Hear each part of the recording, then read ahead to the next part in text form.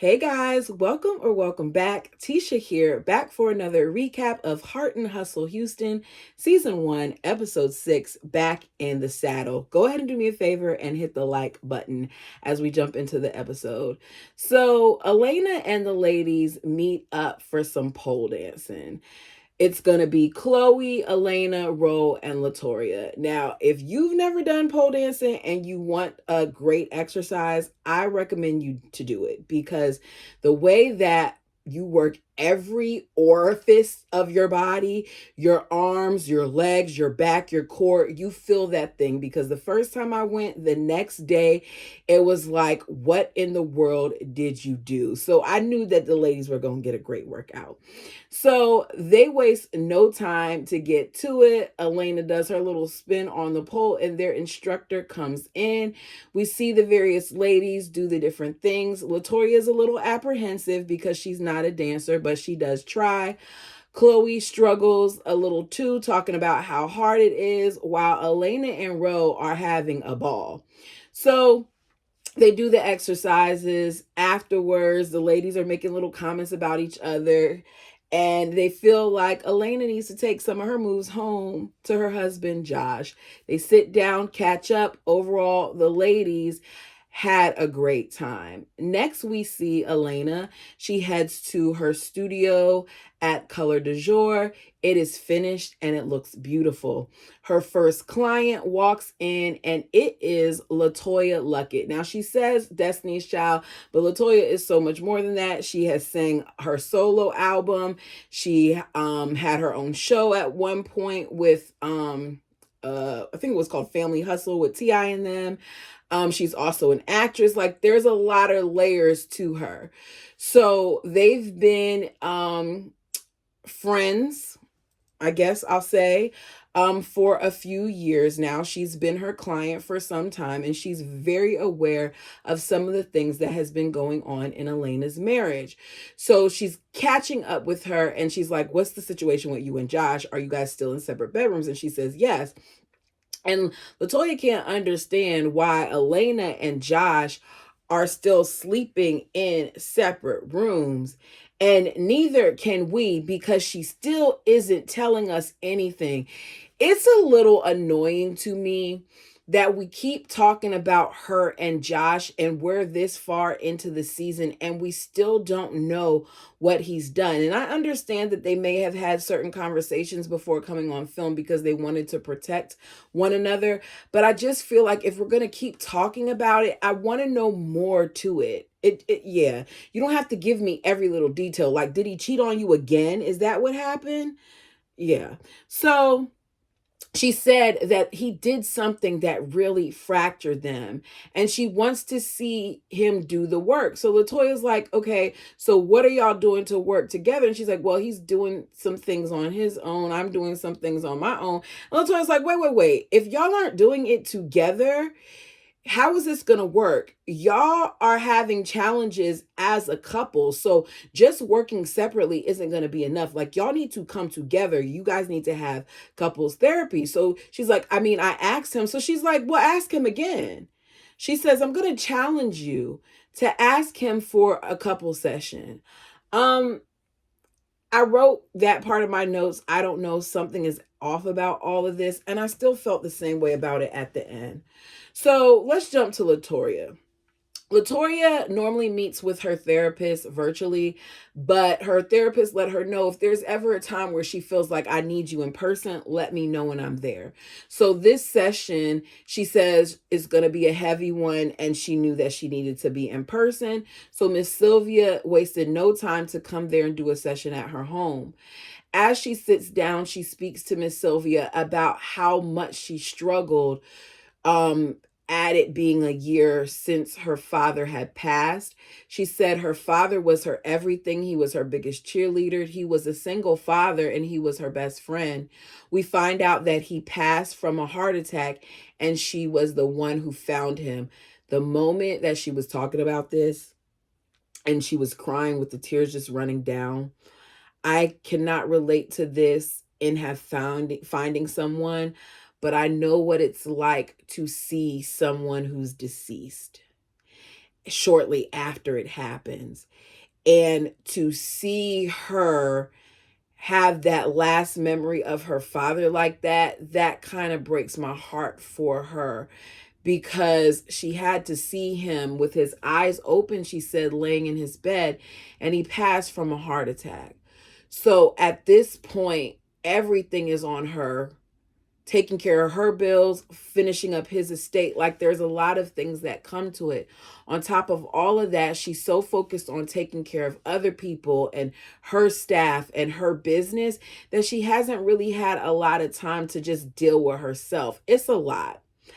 I don't know if the scene was cut out, because we go from her talking about that to Miss Shirley asking her, excuse me, Miss Sylvia asking her why she didn't why she hasn't dated. And I was like, this is random, but maybe we missed some stuff there. Latoya explains that she hasn't dated because she hasn't been courted or dated properly, that she's finding that she often intimidates men because of her job. Like, they're thinking that because she's coming into contact with these celebrities, that means that she's of a certain status, but it's not that. That's her job. She speaks about how she's supposed to be going on a blind date that Labrina has set her up with the cowboy, and her therapist thinks that it's a good idea. And she tells her that it's time to grow and focus on her. So we go from that to Manera and Elena catching up at her house. Y'all, I don't know what it is about Manera.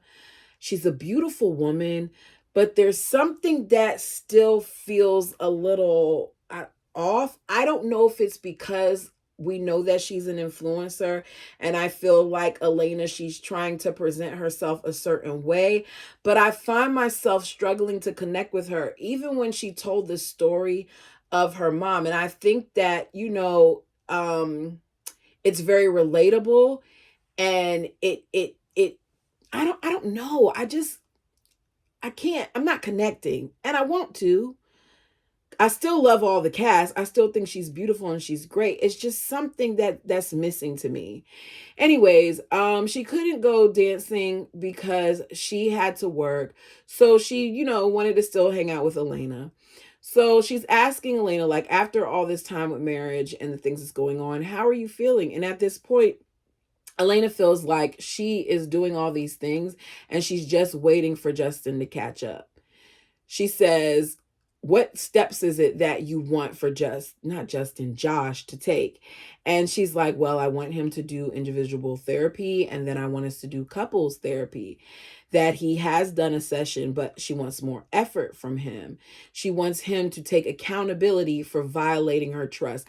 It keeps going back to her saying these little things when I just want her to come out and say, he cheated on me yet again, if that's what it is. So Manera admits that she too needs to work on the way that she presents herself.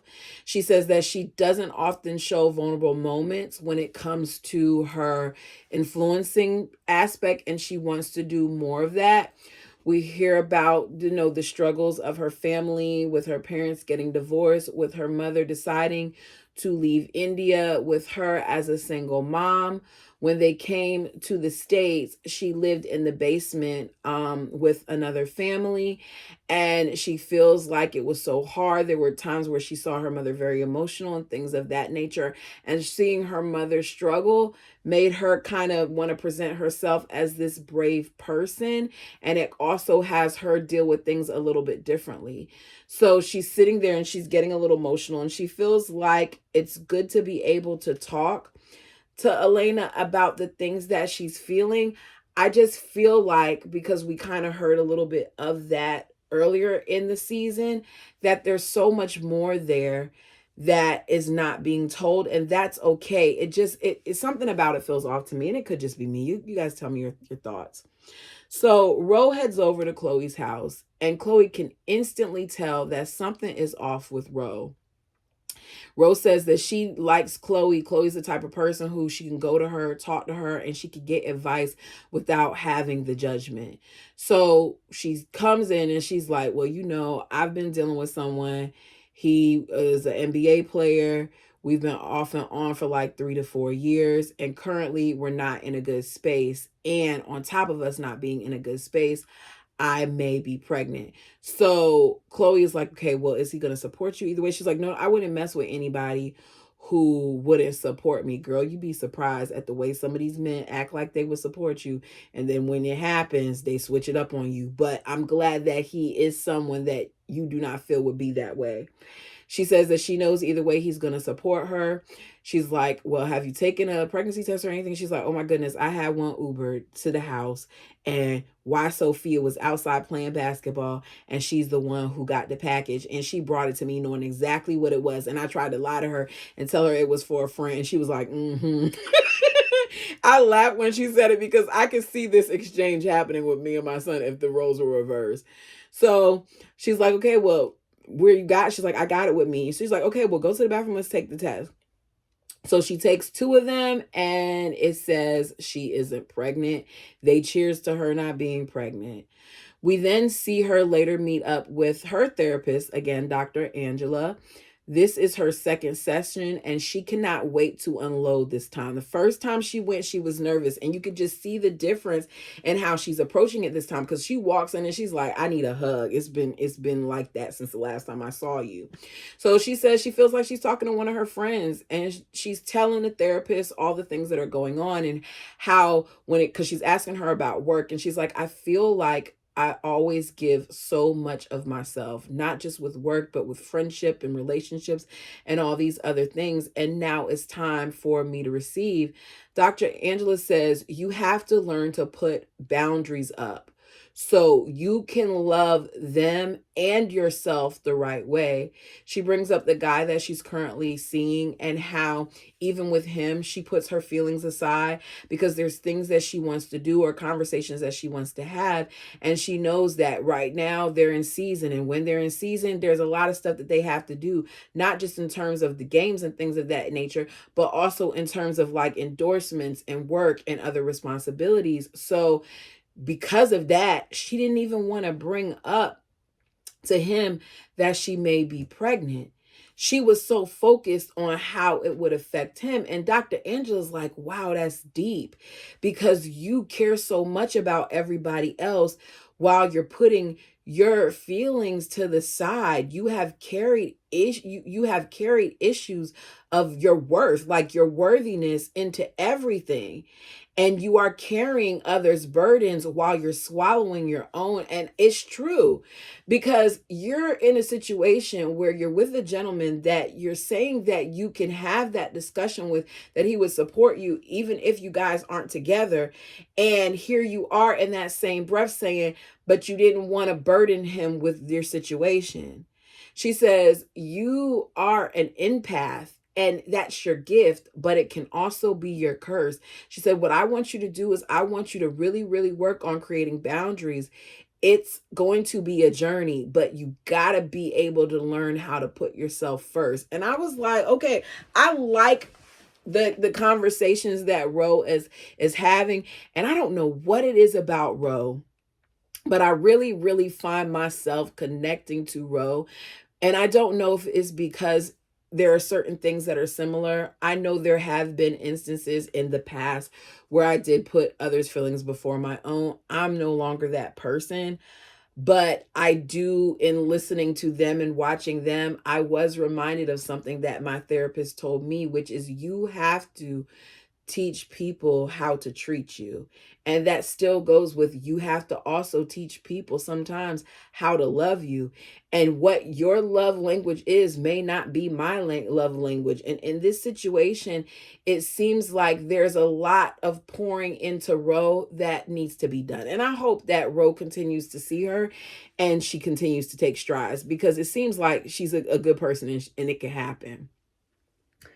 Let's get to this date. Labrina, you are one of the young ladies that I enjoy watching on this screen. You're in my head. You one of my girls in my head. Why did you set Latoya up with this much older gentleman? So Latoya has been single for years. We meet this guy, Banks, who comes in. We find out not only is he a cowboy, but he's an entrepreneur. He and Labrina met over horses. He says he's 60% horses. Watch the math here. 60% horses, 20% 18 wheelers, 20% motorcycles, and 10% personal. I said, oh, you 110. Okay. It's not 100, but it's okay. The man loves his horses. He has 7 of them, to the point where that's what a lot of the conversation is. And might I add that Latoria is asking majority of the questions. Latoria says she's scared of horses. And he says, oh, we wouldn't make it. He hasn't dated in a while. He got divorced in 2007. And at the time, he was over love. He said it wouldn't happen. He's done. He said that he is okay with dating younger people, but he's not trying to look like a grandpa. He's not willing to date anyone that is younger than his daughter. So Latoria is like, well, how old is your daughter? He says she's 31. And Latoria is like, okay, I'm not much older than her. So he's like, well, how old are you? And she's like, I'm 35. And he's like, and you want kids? She's like, yes, I want multiple kids. He's like, oh, 35 and you want multiple kids. Oh, okay. Well, I commend you. That's good for you, but it's not good for me. They're not a match. There was no point in this. I don't know. Latoria, what were you trying to do? Not Latoria, Labrina, what were you trying to do here? So he says, I did enjoy the conversation, but Latoria is good with it. She's not going to continue to see this man, and I don't blame her. Let's get to the final scene. Elena and Josh talk. He tells her he doesn't like that they aren't in the same room. He doesn't want the kids to see them like that.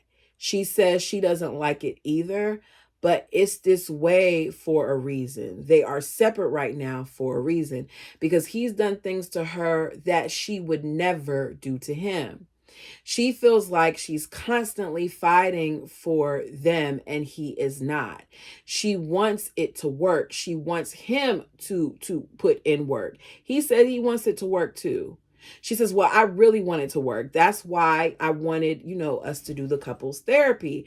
But you said you were opposed to it. And he's like, I didn't say I was opposed to it. We get a clip of him saying, like, right now that wasn't his focus. He wanted to do therapy by himself. And she's just like, look, I want action. You said things that made me feel like you didn't want to do couples therapy. I want action. I think that we have to have certain conversations, that there's healing that needs to occur. And in order for that healing to occur, these conversations are going to have to be had, which is why I recommended that we do couples therapy. He says that he's trying. So she asks again if they can do couples therapy. And he's like, look, I want you to be happy. So I'm going to go ahead and do it. And that's it. That's it. I don't have more to report. Great episode. Got some laughs out of it. Saw yet again that there are some tense moments. I am disappointed that there's only going to be like 2 more episodes after this. I think that the girls had a great season. I'm still not seeing enough talk about it, but hopefully they are renewed for another season. Let me know your thoughts down below. Until next time.